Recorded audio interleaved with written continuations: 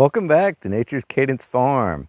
Today we're going to be changing out our voltage regulator, and we found in a previous video, I'll put a link up here for you guys to check that out, but we found in a previous video that the regulator rectifier was bad.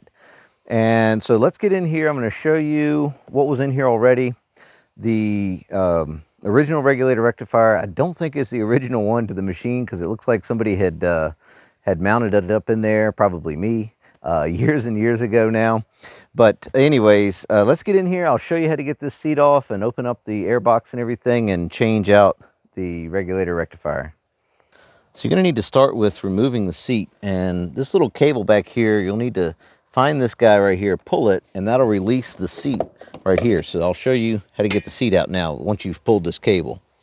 So once you got the seat popped loose, you should be able to pick up the back of it and then slide it back like that, and that'll take out these little fingers here that are in the seat from these little holes that are right here. And once you get that off, you've got this air box and these little metal clips here. So you can see this one here, you just slip them back. You might not have to take this off, but I definitely, in my application, we will, because we're going to have to get in here and get to these little nuts and bolts. So next thing you'll need to do is get these bolts out that are right here. Let me see if I can get you in here a little closer so you can see. There we go. So we have the air box out, and I'm going to go ahead and take the air filter out while we are working on this, because it's just going to be in the way in just a few minutes anyway. So there's a Phillips screw right there I removed. Then there's another Phillips screw down here on the filter itself, right at the neck. And you just loosen that up, and this filter should pop right out of there. So there's that Phillips screw I loosened up right there. And then we've got another Phillips screw on the hose clamp that holds the little rubber boot onto the plastic box right here. So we're just going to loosen that up, not remove it or anything. Yeah, that's plenty loose. So next we need to figure out what size these are. When I don't know what size sockets I'm actually working with, I just bring the whole rail out. And if you don't have a rail, I highly suggest getting one. And I'll tell you what, I'll put a link to all this stuff down in the description, so be sure to check out the description for what tools I used and all the replacement things. So it's not a 12 millimeter, so let's see, what's the next size down from that? I'm going to say 11, but I'm probably guessing 10. And 10 is it. So there we go. So we got that figured out. So get that on here, put it in lefty-loosey mode, and you'll want to lefty-loosey these two bolts right here. There's one over here too. So just loosen them up. And if you feel like you need to remove the positive or negative terminal of the battery, by all means. I don't see any need for this because the connector is fully encased and all the wires inside of it are they're in a plastic housing, so it's not a big deal. So there we go, we got that loosened up. So we just pull it out of the air box there, or pull it out of the air horn, the little rubber air thingy, and wiggle and jiggle and pull it out the rest of the way. So here you go. So here's the voltage regulator that has failed right here, and looks like there's some dirt daubers in there. That could be what made it fail, but either way, we're gonna pull this one out or off and put the new one on there. I'm gonna say these are probably 7/16 or something. I probably used a standard socket, and your mileage may vary. I don't know. It's probably bolted through this one bolt right here. This is just what I could find on the, well, that's an 11 millimeter. It looks like that fit on there perfect. So looks like we might need something as a backup back here. I've got my 11 millimeter and my 7/16 here. That looks like that's going to do it. It's probably a 7/16 on the inside too, but I'm just using it as a backup, and it's not that hard to move. Not like I'm really cranking on it or anything. So there we go, got that one loosened up. Now we're going to loosen up this one here. So just pull these off. Like I said, yours might have a single bolt holding it in there. I'm not sure. Honestly, I don't think this one even had a voltage regulator on it when I bought it. Or when we bought it, when it was bought from whoever had it before us. But either way, we're going to put the new one on there.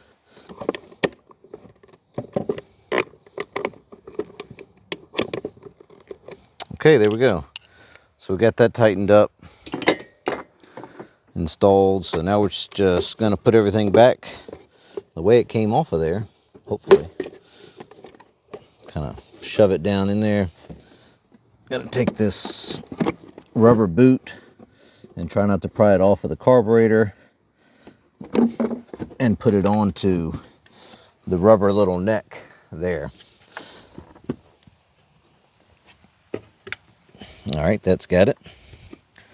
So we can go ahead and tighten up this Phillips. Just tightening up this hose clamp for the little snout right there. And then we can go back with our two 10mm headed bolts that hold this part on.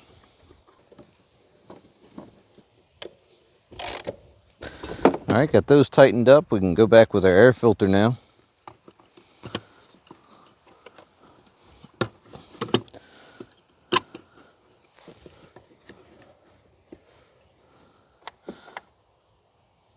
Tighten up that one Phillips and install this second one right here. I think this one's a number 3, but a number 2 worked for me. But if it's really tight, you might need a number 3. I'll go ahead and tighten up this Phillips on the filter itself. There we go. So we'll go ahead and get this cover installed.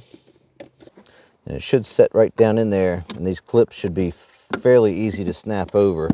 It shouldn't be really hard to make them engage. And this one on mine was missing.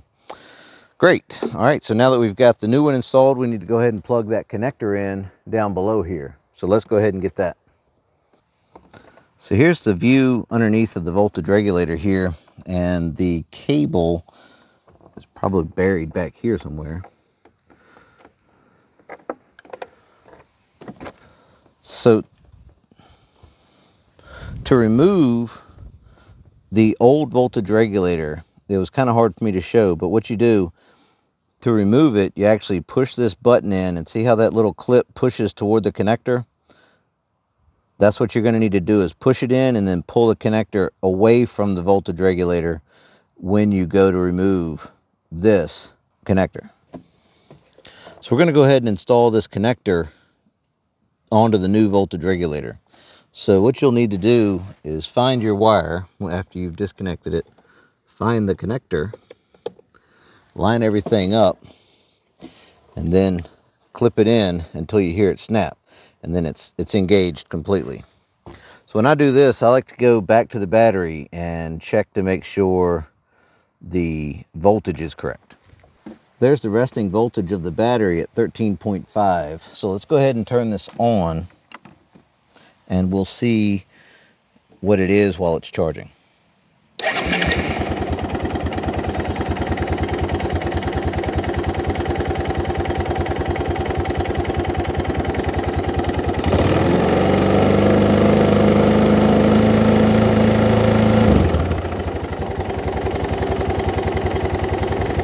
That's perfect. The voltage got up to 14.5 or somewhere around in there, and it wasn't overcharging like it was before.